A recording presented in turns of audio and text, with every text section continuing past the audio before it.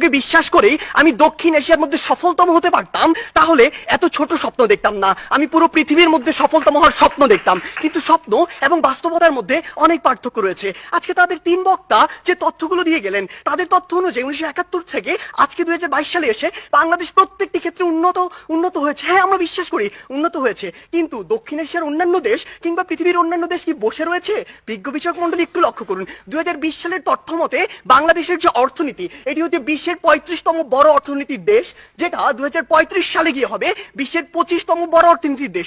বাংলাদেশের উন্নতি হচ্ছে, হবে। আপনি যদি ভারতের দিকে তাকান, ভারত বর্তমানে বিশ্বের 7ম বড় অর্থনীতির দেশ, 2035 সালে গিয়ে ভারত হবে বিশ্বের 3য় বড় অর্থনীতির দেশ।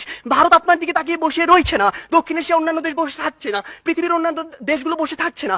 আমাদের কথা হচ্ছে, যখন আমরা দক্ষিণ এশিয়ার সফলতম হতে চাইবো, আমাদের সামনে যে একটি ব্যারিয়ার রয়েছে ভারত, সেটিকে আমাদের টপকে যেতে হবে। কেন আমরা যেতে পারবো না, কোথায় কোথায় সে বাধাগুলো রয়েছে, সেগুলো নিয়ে আজকে আমরা কথা বলবো। তারা আজকে বললেন আমরা আন্তর্জাতিক অনেক স্বীকৃতি পেয়েছি। হ্যাঁ, আমরা অসংখ্য স্বীকৃতি পেয়েছি, কিন্তু আপনি এটি কেন বলছেন না যে ট্রান্সপারেন্সি ইন্টারন্যাশনাল 2021 সালে বলেছে দক্ষিণ এশিয়ার সবচেয়ে দুর্নীতিগ্রস্ত দেশ বাংলাদেশ। তারা বলেছে অন্তত আফগানিস্তানের পিছনে বাংলাদেশ রয়েছে, নেপাল, ভুটান, এদের চেয়েও বাংলাদেশ বেশি দুর্নীতিগ্রস্ত দেশ। আপনি কেন এটি বলছেন না? বিগত 15 বছর ধরে আপনার দেশ থেকে যে পরিমাণ অর্থ পাচার হয়েছে, তা দিয়ে আপনার দেশে 2 বছরের বাজেট দেওয়া যেত।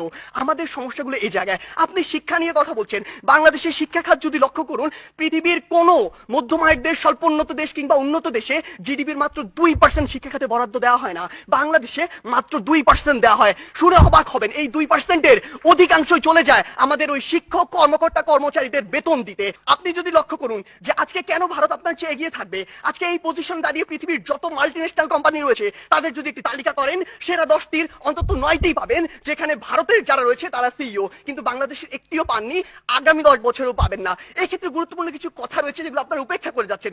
আপনারা কিভাবে ভারতের সাথে তুলনা করেন? একটু আগে একটি হাস্যকর কথা বলে গিয়েছেন যে ভারতে নাকি 0.2 মিলিয়ন, অর্থাৎ মাত্র 2 লক্ষ মানুষ বিদ্যুতের সুবিধার কাছাকাছি যেতে পারেনি।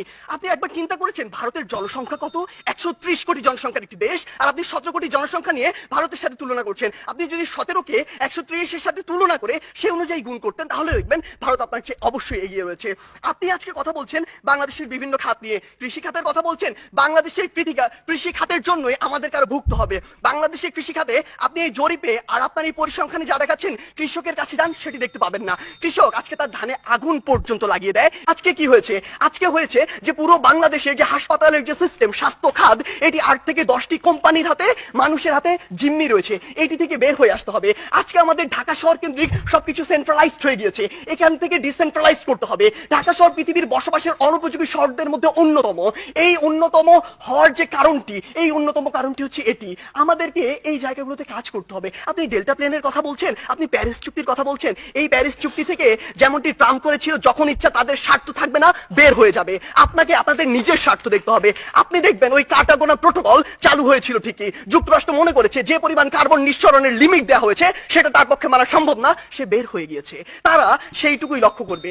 তাই মাননীয় বিচারক মন্ডলী, আমরা বিশ্বাস করি বাংলাদেশ অবশ্যই সফলতম একদিন রাষ্ট্র হবে, সেটি আমরা স্বপ্ন দেখি, কিন্তু 21 শতাব্দীর মধ্যে এটি সম্ভব নয়। যখন আমাদের সামনে ভারত রয়েছে, সম্ভব হবে যদি আমরা যে সীমাবদ্ধ ক্ষেত্রগুলো দেখিয়েছি সেগুলোতে কাজ করতে পারি। আমরা প্রত্যাশা করি কোনো একদিন আমাদের প্রজন্ম বাংলাদেশকে সফলতম রাষ্ট্র হিসেবে দেখবে। ধন্যবাদ।